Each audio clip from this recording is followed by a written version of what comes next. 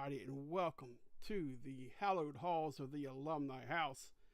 I am Quacker, and this is Conference Tournament Week for College Baseball 2026. The end of the regular season is here. It's come and gone. We have our regular season conference champions. We'll go through who won each conference and maybe take a look at their conference record, overall record going into the tournaments.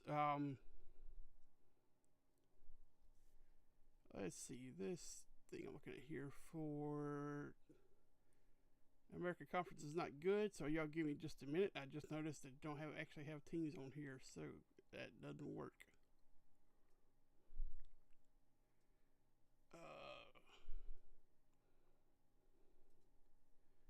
Well, now that sucks. So let's go.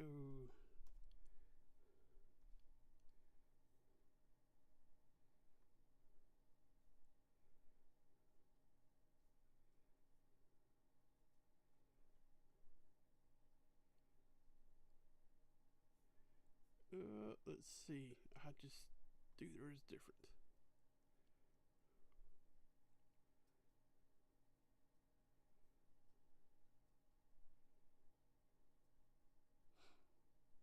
All right. Their schedule doesn't have the seedings on it. I don't understand why.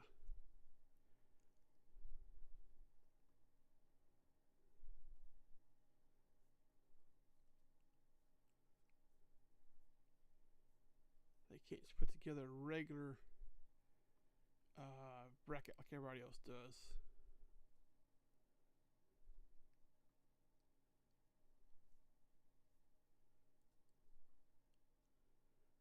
All right, that's the have to do here. All right, so we will start in the aforementioned American Conference to get them out of the way because they're on my nerves now. UTSA is the winner of the regular season tournament, a regular season championship for the American Conference. They let's see.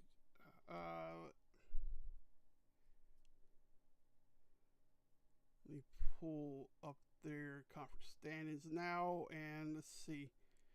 All right, they finished the conference season tied with East Carolina at 17-10.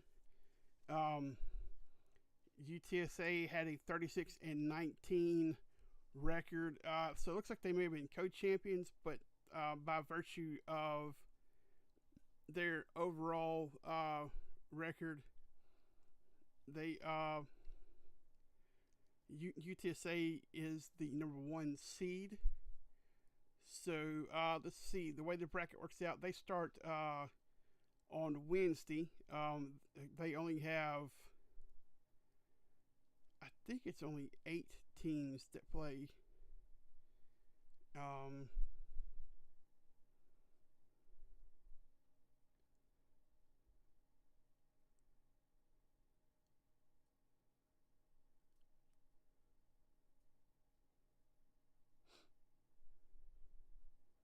Yeah, it's only 8 teams that play in their tournament. So they have the fewest of our conferences that we cover.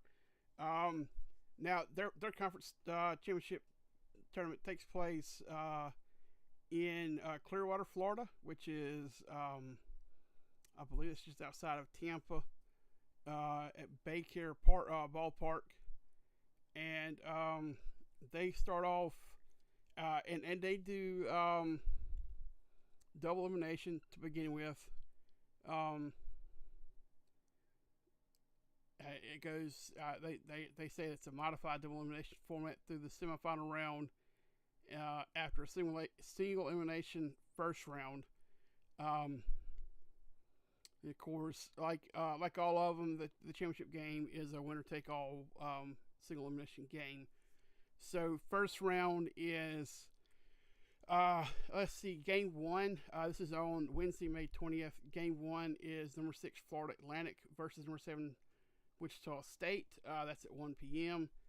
And then game two is number 5 Memphis versus number 8 Charlotte, and that would take place 47 minutes after game one.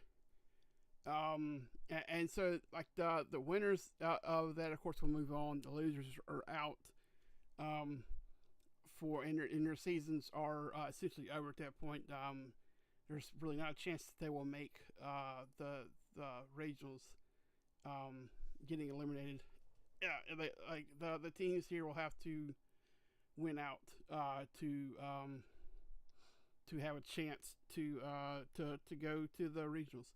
So winner of game one will play number 3 Rice on Thursday, May 21st. That one's at 1 p.m. And then the next one is winner of game 2 will play number 4 UAB. And again, that is stated as 47 minutes after. Then you get into the Friday, and this is where your top 2 seeds will get to play. So game 5 is game 1 of the day. Number 2 East Carolina will play the winner of game 3. So that's Rice versus the winner of game 1 between Florida Atlantic and Wichita State.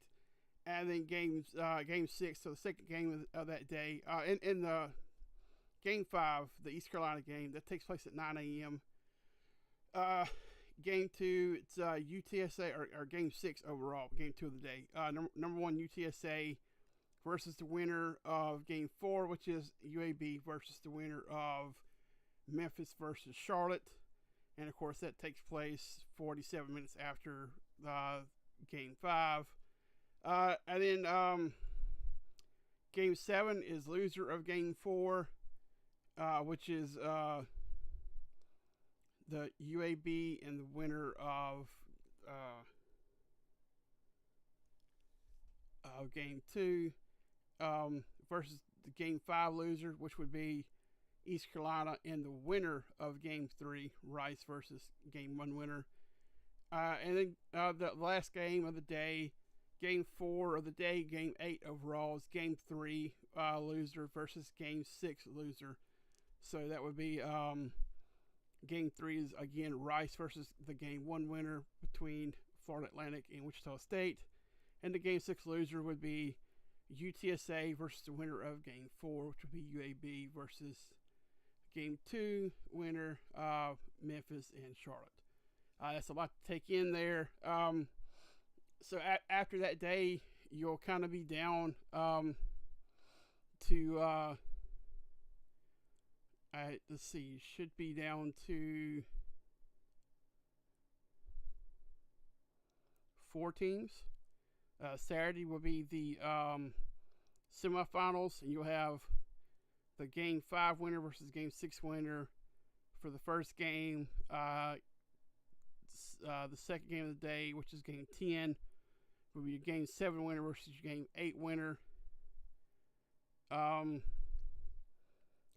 And then let's see, game 11 is your game 10 winner versus your game 9 loser. I think that should be game.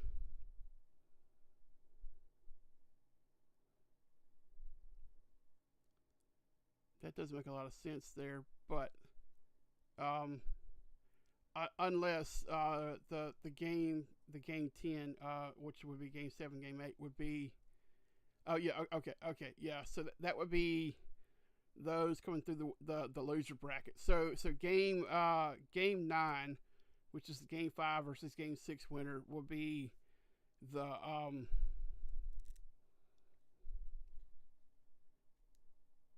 let's see, that should be, yeah, your 2 teams that have come through the winners brackets unscathed to that point. So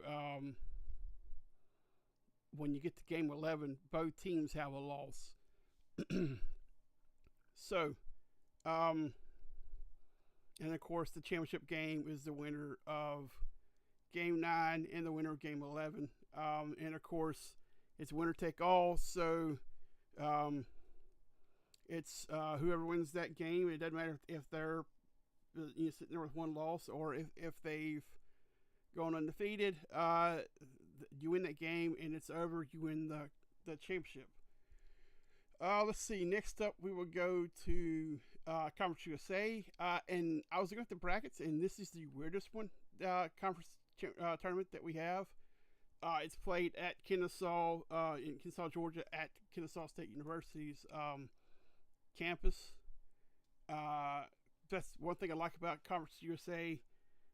They used to have like a spot they would play it. And they kind of rotated where it was like off campus. But they've gotten to where the last handful of years, I know like before Southern Miss left the conference, they hosted the tournament the last couple of years. I went to it the last year that they were in it. It's a lot of fun. If you've never been to a conference tournament, it's a lot of fun to go to, especially if you're a baseball fanatic like I am. Like I only really cared about Southern, but I went to all the games, or as many as I can make it to. But they have a pool play, and I had to look up exactly how their pool play works. And so there are 9 teams that play for the Conference USA tournament.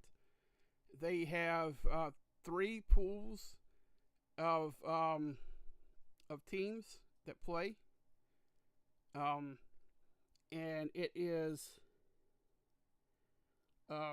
each team plays 2 games, one against each team in its pool. That's for pool play. The semifinals, the 3 pool winners and the team with the next best record advances, which makes no sense at all because that to me that must be like your overall record of the. So if you get, of course, you'll have your 3 winners and you'll have 3 teams in second place in that tournament. So it must be whoever has maybe the best overall record will advance to the semifinals. And of course, it says the tiebreaker for advancement favors the higher seed.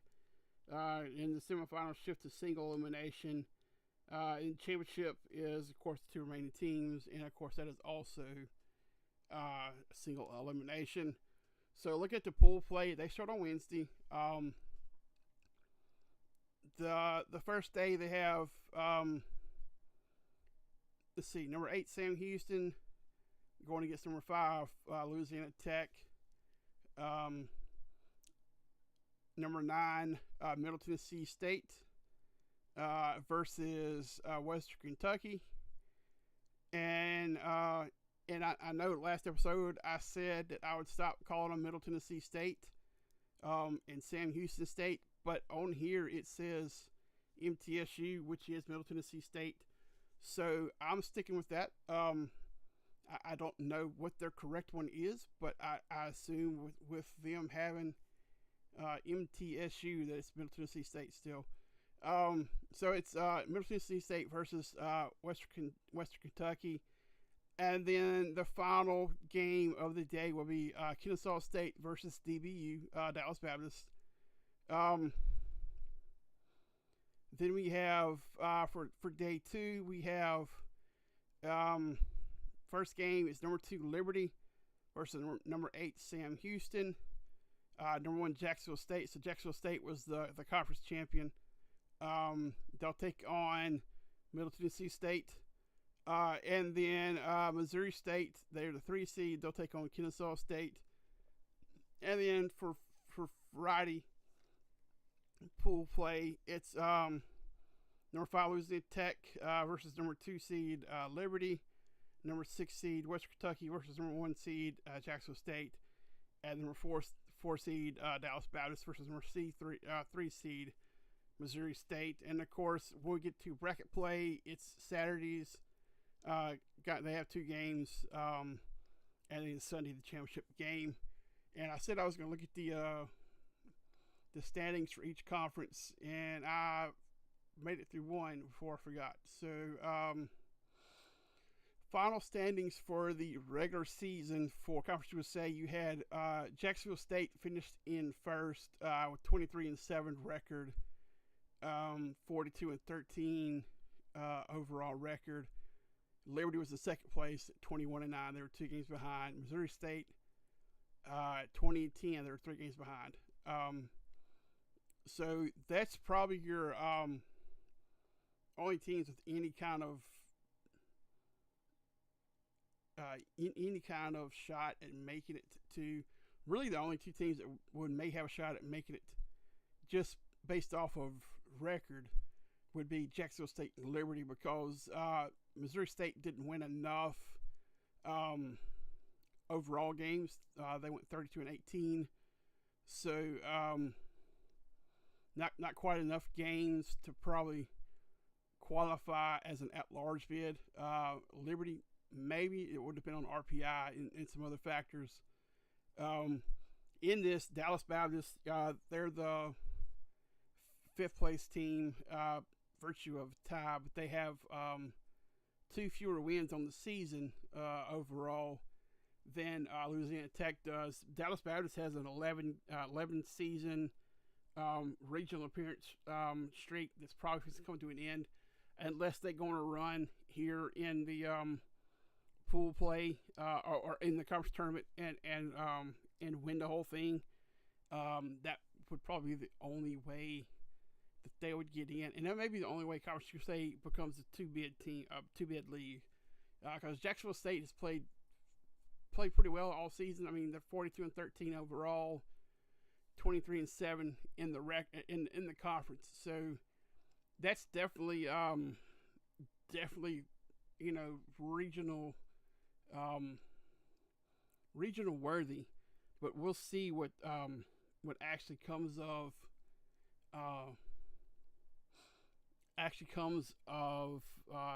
if they don't win the conference tournament, because that's where your automatic bid comes from, is from the conference tournament. Just like in college basketball, your conference tournament is your automatic qualifier, automatic bid, whereas your regular season champion, unless you're from a major like a Power 4 conference, your regular season champion really is not guaranteed a spot in the regionals. So for these mid-major teams, you can have a great season and still. I don't think Jacksonville State would miss out if they, especially if they make it to the championship game. We lost against like Dallas Baptist in the championship game. I don't think they would miss out at that point, but we would have to see, especially with the lack of competition overall within the conference. The strength of schedules from the conference is pretty weak, so would have to see there kind of what it would look like for their resume in the committee meeting room at that point. So if you're Jacksonville State, you don't want to have to put your fate in their hands. So just go win it. We're going to move on to the Sun Belt now, and we will go ahead and start with the conference standings, in the season conference standings, because I will forget again if I don't. First place, and I believe, in fact I know, they were the only team, at least of the teams that we cover, who was behind the first place team and actually pulled out the conference regular season championship with the weekend victories. You had a couple teams who would have to have things kind of to break their way in order, and Southern had to have things break their way as well. I mean, they had to take care of business themselves, but they also had to have Coastal Carolina lose to Louisiana Lafayette, and fortunately for Southern Miss fans, that happened. So Southern Miss won the conference, the first regular season conference championship since joining the conference in 23. Now they've won the conference tournament twice, and they've been to the championship game all 3 years since they've been in the conference. We'll see how it goes this year. With the win on Saturday, they secured their 40th win of the season. That makes 10 consecutive seasons that Southern Miss has won 40 or more games. That is the longest active streak. Now, Florida State has the record with 42 consecutive 40-win seasons. And Southern Miss also has the longest active streak of 30-win seasons at 23. So, good on them. They have finished the season winning 9 consecutive games. I think they swept the last 3 conference opponents they played. I saw some of the stuff that came out today, like conference awards, stuff like that. Southern Miss was pretty loaded with the player recognition. Graydon Harris was conference pitcher of the year. Christian Ostrander, who's the head coach, was coach of the year. I think they had like 7 or 8 players named to all conference teams, and there's a couple more that could have been named that weren't. So just a loaded team this year, and a lot of young. There's some seniors, and a lot of young talent on this team. So they finished first with a 22-8 conference record, 40-14 overall. Coastal Carolina finished in second place, 1 game behind at 21-9. They are 36-19. They lost the series against Louisiana Lafayette, 2 games to 1. South Alabama is your third place team at 17-13, 33-21. Also at 17-13 is Appalachian State and Troy. App State, they are 30-22. Troy is 29-27. Louisiana Lafayette, they are 16-14, 6 games out of first place, but they are 34-21 overall. I'm hearing them kind of bandied about as a potential third at-large team, or third team out of the conference, based off their RPI, strength of schedule, and their overall record.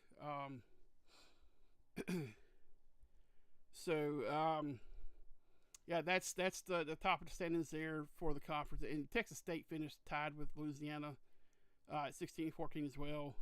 And they also had 34 wins. They're 34-22 on the season. Now looking at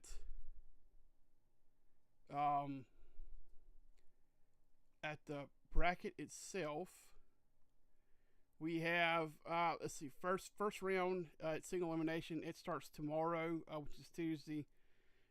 First game is number 10 seed Marshall versus number 7 seed Louisiana Lafayette. And then the second game, which is scheduled for 6:30 p.m., is number 9 seed Georgia State versus number 8 seed Old Dominion. And then on, let's see, Wednesday, 9 a.m. game. That was the first game of the day. You have number 6 seed Texas State versus number 3 seed Appalachian State. The second game of the day, which is at 12:30. We'll see if it actually takes place at the time. You have the it just says to be determined versus number 2 seed Coastal Carolina, and the reason it's to be determined is it will be the highest remaining seed of the 4 play-in teams. The next game up is another TBD. So this will be the lowest remaining seed versus number one seed Southern Miss, and then the last game of the day, which is slated for 7:30. The Southern game was 4 p.m. The last game of the day is slated for 7:30. I will be shocked if it takes place at 7:30. Number 5 seed South Alabama versus 4 seed Troy. Thursday you have the loser game 3 versus loser game 4. Let's see, that's at 9. I'm having to bounce back and forth across the bracket here. Let's see. At 12:30, loser game 5 versus loser game 6. Back across the bracket here. Let's see. This is at 4 p.m. on Thursday. Winner of game 3 versus winner of game 4. Which game 3 again? That's Texas State versus App State, and then the to be determined versus Coastal Carolina. Winner at 7:30 p.m. On Thursday. Oh, my eyes twitching. Okay. Let's see. Winner of game 5, which is the to be determined versus Southern Miss, versus winner of game 6, which is South Alabama versus Troy. Friday, you have, let's see, the loser of game 9 versus winner of game 7, which game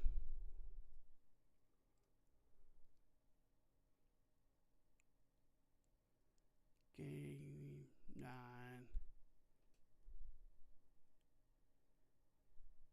Okay. Game 9 is the to be determined versus Coastal Carolina.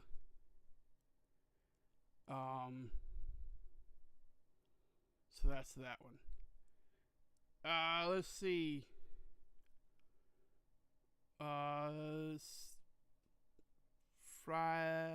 Friday.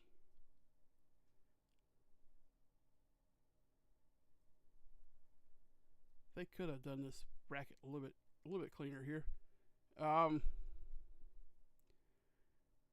Friday, it's the loser of game 10 versus the winner of game 8. I believe that I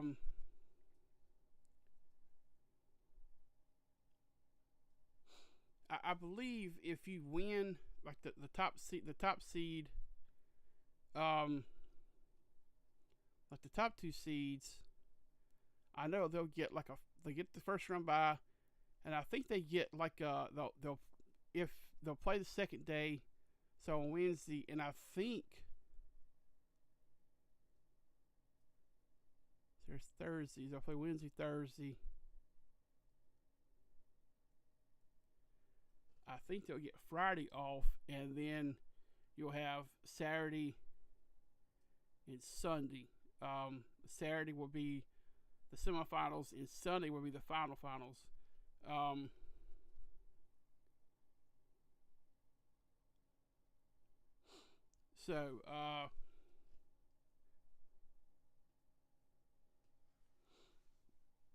Yeah, that's the Sun Belt.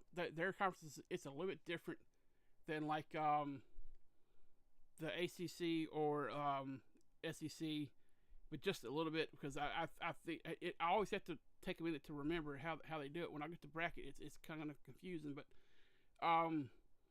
if Southern wins their first 2 games, they'll have a day off before Saturday. Same thing for Coastal or anybody that kind of wins through. They'll have a day off before the semifinal round. So if you win in the case of like if you're a first round team, if you win your first 3 games, you'll have a day off before the semifinal round. So that's it for the Sun Belt. And of course, like I said, I'm going to try to get on uh, every day. It may not work out, but uh, we'll kind of update the brackets as we go. And those episodes will be just short, just kind of a where we stand type thing. Um, but all right, so we have taken out our now all three of our mid majors. We're going to hop over now to the Power Four teams, Power Four conferences. We'll start with ACC. They wrapped this one up pretty quick. Georgia Tech, first place, 25-5. They are 45-9 overall. Second place is North Carolina. They're 22-8. 3 games behind. They are 43-10-1. And there's actually a pretty good gap between first place, second place, and third place. I mean, third place, Florida State, is 6 games behind first place. They're, of course, 3 games behind North Carolina. Florida State's 19-11, 38-16 overall. Boston College is 17-13, 36-20. And this is a pretty close race up until the last couple weeks. Miami and Wake Forest are both 16-14. They're 9 games behind Georgia Tech. Miami's 36-17. Wake Forest is 38-18.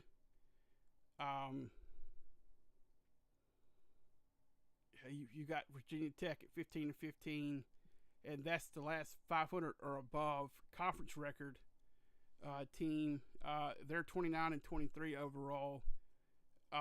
Virginia is and NC State are both 14-16. Virginia's 35-20. NC State is 32-21. Notre Dame, Louisville, they're both 13-17 in conference. Notre Dame is 30-21. Louisville's 30-26. So that's 1, 2, 3, 4, 5, 6, 7, 8, 9. 10 teams in the top of the top 11 who are 30 plus win teams. The only one in that top 11 who aren't 30 win teams is Virginia Tech at 29-23. So and towards the bottom of the conference, Clemson, they're 10-20 and they won 31 games this season, 31-25. Pittsburgh, they're 11-19, 30-23. So, what's it? 12 of 16 teams in the conference are 30-win teams. So I don't think you'll see Clemson or Pittsburgh or Louisville or even Notre Dame make regionals this year. Unless they go on some kind of magical run in the conference. But, in the conference tournament. But, so let's go ahead and flip over to the ACC conference tournament here. And this takes place in Charlotte. They play... Where do they play? Last year they played in Durham where the Durham Bulls play, and they may actually play that this year there too. They just may call it Charlotte. But I watched them last year, and they have a really cool setup there. They have like the scoreboard. It's like a digital scoreboard, but it's in the wall. It's part of the wall out in left field. It's really cool setup. I really liked watching those games. I would actually love to go watch one of the tournaments out there one year. It's a really cool setup. But all right, so game 1, number 9 seed NC State versus number 16 seed Duke. That's at 9 a.m. That's Tuesday, May 19th. So that's tomorrow. Let's see, number 12 Stanford versus number 13 California. That's at 1 p.m. and they had this broken down into sessions one and two on Tuesday. So I don't know if maybe like after the first session you have to leave the stadium and come back in. I'm not sure. Um, number session 2 would be number 10 Notre Dame versus number 15 Clemson. That's at 5 p.m. And then the last game of first round will be number 11 Louisville versus number 14 Pitt. That's at 9 p.m. Let's see. Sessions 3 and 4 take place on Wednesday. It's the second round. So you have the winner of NC State and Duke. They will take on Virginia, number 8 seed Virginia at 9 a.m. That's session 3. Number 12 Stanford and California. So the winner of that game will take on number 5 seed Miami at 1 p.m. That's also session 3. Session 4 games. Winner of Notre Dame and Clemson will take on number 7 seed Virginia Tech. That's at 5 p.m. And then winner of Louisville Pitt will take on Wake Forest. They are 6 seed. That's at 9 p.m.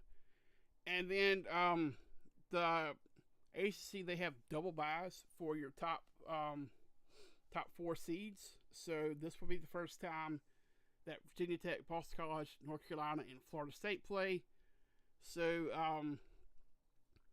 we have the winner of Virginia and their matchup against either Duke or NC State will take on Georgia Tech.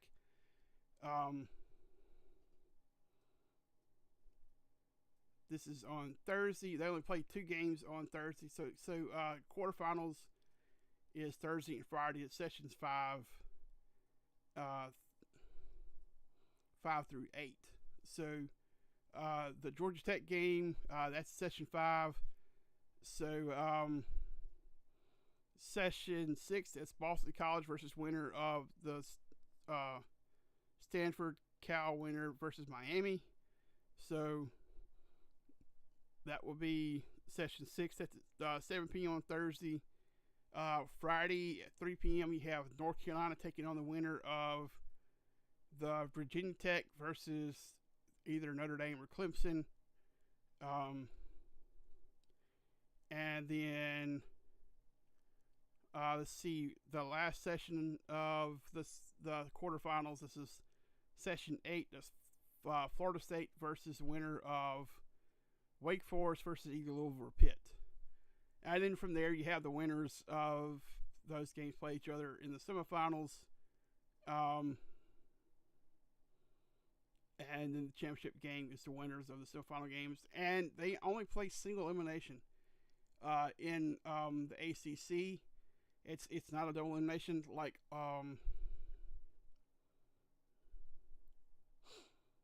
it's not double elimination like pretty much all your other conference tournaments. It is still a cool setup, but it's definitely different because of being single elimination in the way they do their sessions and stuff. But I was just kind of scrolling down because I'm on the ACC page here, and at the bottom they have like your all session passes, and their tickets are considerably more than what I paid for when I went to the Conference USA tournament, which makes sense because it's Conference USA versus ACC. But it's kind of a depends on where you sit type thing. So if you buy the all session pass, which is for obviously all the games, it's $225 if you get the home plate club and luxury lounge. $180 for premium field box and $170 for infield field box. And then they have like a weekend pass, and then single sessions for Tuesday through Thursday, which pretty reasonable prices. $22 is your highest, and $17 is your lowest. And then for Friday through Sunday, your single sessions is $27 is the highest, and $17 is the lowest. So, not bad prices for your single sessions there. It would be a really cool thing to be able to go watch that tournament one year. And I would love to go to the SEC tournament one year to experience it, but they have dramatically increased their prices as well. And speaking of the SEC, we'll cover them next. I also haven't been to the Sun Belt tournament yet either. That one is, I wish they played it somewhere besides Montgomery, because Montgomery is not easy to get to. I've heard so many bad things about the stadium and the atmosphere there. Like, nobody likes going there, but the Sun Belt for some reason just keeps signing contract extensions with Montgomery. So it's like the next 4 years we're still locked in there. But that one's on my bucket list of things to do too. It would just be a lot better if it was somewhere besides Montgomery. Somewhere easier to get to, maybe. All right, SEC final standings. Of course, this was decided even before this past weekend. Georgia won the conference. They won that the 2 weeks ago against LSU when they swept LSU. Georgia is 23-7, 43-12 overall. Texas second place, 19-10. They're 3.5 games behind. And of course, Texas A&M 4.5 games behind. The reason that, and I've said this several times, the reason they're a half game behind is because of the canceled game between Texas A&M. Their third game. I think they split the 2 games that they played, but they had a canceled third game, I think, due to weather. So Texas was 19-10, A&M was 18-11, Alabama was 18-12. And A&M they're 39-13. Alabama's 37-18. Florida's also 37-18 overall, 18-12 also in conference play. Auburn and Arkansas were tied with 17-13. Auburn is 1 game better overall at 36-18. Arkansas is 36-19. Also at 36-19 overall is Mississippi State. They are 16-14 in conference. And then we have Tennessee and Ole Miss are tied at 15-15 in conference play. They're the last teams with winner records, or 500 or above records. Tennessee is 37-19 on the season. Ole Miss is 36-20. And after that, you had your sub 500 conference records. But teams who still maybe have a chance to get into the regionals: Oklahoma's 14-16 in conference, 32-20 in overall play. Vanderbilt's 14-16, 32-24. And probably the last team, and I actually don't think they have a chance. Kentucky, they're 13-17. They're 31-20 in overall play. And the last team that actually they barely squeezed in, but LSU, they're 9-21. They got swept the last 2 conference series they played against Georgia and then against Florida. LSU is 29-27 on the season. They lost 6 in a row. South Carolina's lost 12 in a row. South Carolina had a chance to overtake LSU and keep them out of the conference tournament. And they weren't able to overtake them. And running off the bottom of the conference was Missouri at 6-24, 23-30 on the season. But this was a low drama weekend as far as like the championship already been wrapped up. It was just seeding and who at the bottom of the conference would make it. Vanderbilt, they are a team that they have the longest record or longest current streak for consecutive regionals with 19. LSU, I think they have 13 consecutive. And like I said earlier, Dallas Baptist at 11. They're all in danger of missing regionals this year. So you could have a new active leader in regional appearances. I'm not sure who that would be. I know Southern is at, I believe, 10 consecutive regionals. This year, well, I think we'll make 11, but I don't know, like what. I don't know who besides Vanderbilt was up in LSU were above them as far as like leaders in the regionals consecutive appearances. So all right. Well, I guess all 16. I had read that. Okay. So I had read that only 14 teams made the conference tournament, but this, according to this, all 16 teams made it. So I guess there really was no drama with this final weekend at the bottom of the standings. So opening up game one tomorrow on Tuesday, May 19th. Number 16 Missouri versus number 9 Ole Miss. And that's at 9:30 a.m. And this takes place in, I'm sure you probably all know this, but it takes place in Hoover, Alabama. It's been there for years. Hoover has really done a lot to make that venue pretty nice. So Missouri versus Ole Miss is 9:30. Number 13 Kentucky, number 12 Vanderbilt. That's at 1 p.m. At 4:30, you have number 15 South Carolina and number 10 Tennessee, and then 14 LSU, number 11 Oklahoma. That is at 8 p.m. Second round. This is Wednesday. You have winner of game one, which is Missouri Ole Miss against Mississippi State. So you'll probably have Ole Miss, Mississippi State playing for a chance to go to the quarterfinals. I believe that I believe the SEC has gone to a single elimination tournament since they have all 16 teams as well.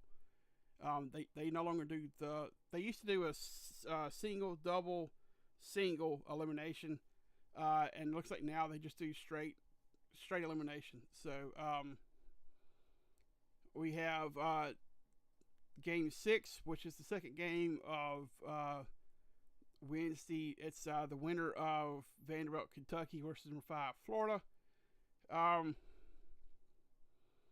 Game 7, which is game 3 of the day, and this is at the Florida game's at 1.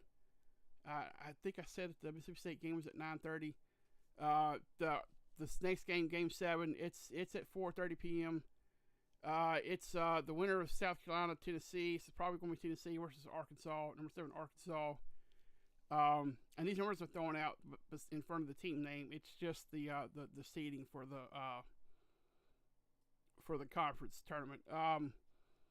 Game 8, which is the fourth game of the second round. This is winner. This is at 8 p.m. Winner of game 4, so Oklahoma or LSU versus number 6 Auburn.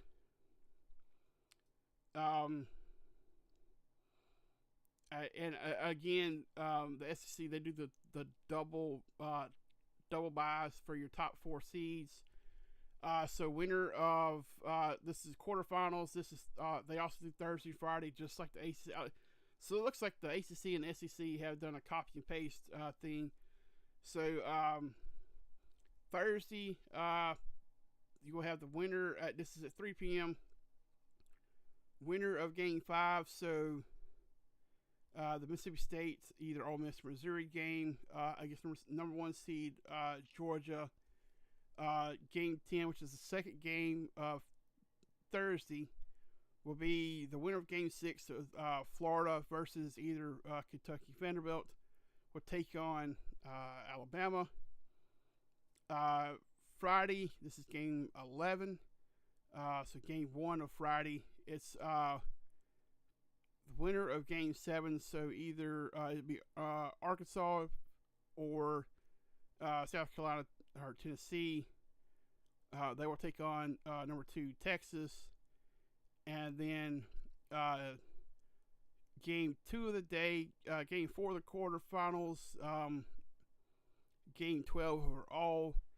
It's at 7 p.m. This is the winner of Auburn versus either LSU or Oklahoma.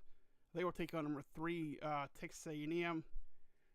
And of course, the semifinals is winner of Game 10 versus winner of Game 9. So that would be possibly Georgia, Alabama, or Florida in that spot. You know, unless somebody makes a run here. And then the second semifinal game is at 4 p.m. The game 13. So first semifinal game it's game 13. That's at 12 p.m. Game 14. Second semifinal game. That's game 14. It's at 4 p.m.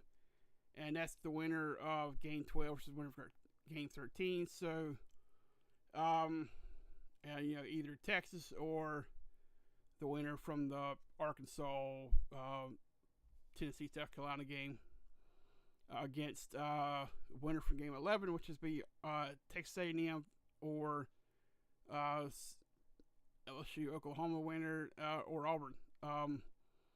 And then, of course, the championship game will be the winner of game 14 and winner of game 13. So, and that's at 1 p.m. on Sunday. So, yeah, that's it. Let's look at the tickets here. Let's see what these cost.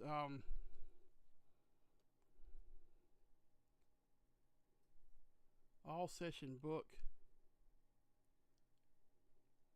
Just out of curiosity.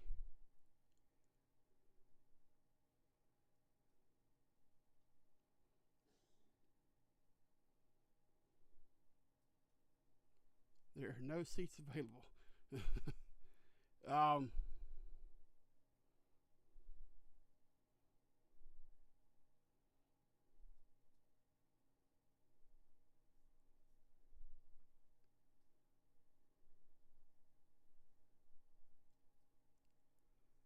right. Well, let's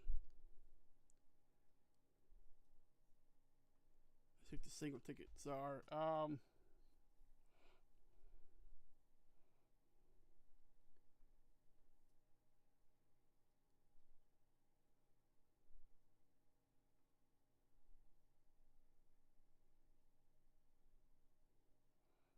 Single ticket prices aren't that bad. I see like for the first day like $11. At some sections, 25 like behind home plate, 28 behind home plate. You got some that are at $60. But for the most part, they're not bad. For single session, but if you want to, I guess they've already sold out of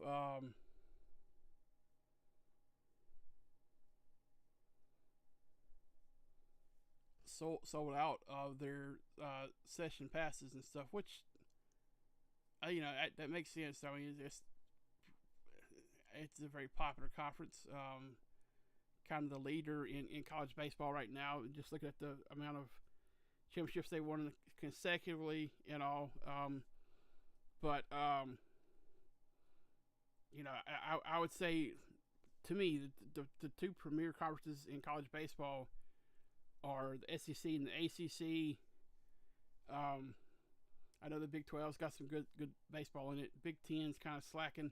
I mean, the Big Ten is not as bad as it used to be because they have the West Coast teams like UCLA and Southern Cal, Oregon State. I mean, not Oregon State. Oregon is in there, but they're not, as a conference. They're not a really dominant conference in college baseball. But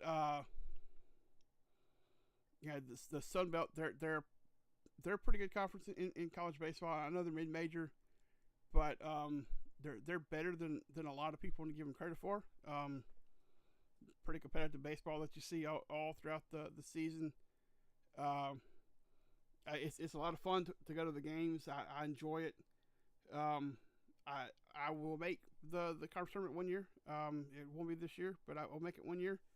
And you know, I've never had a bad time sitting in a baseball stadium watching baseball. So, like I said earlier in the show, I will try to join in each night and do a just a quick hit and talk about the day's standings, who's won what, who advances, who's been sent home, and we'll kind of go from there. And until next time, guys, this has been the Alumni House. We'll see you the next time.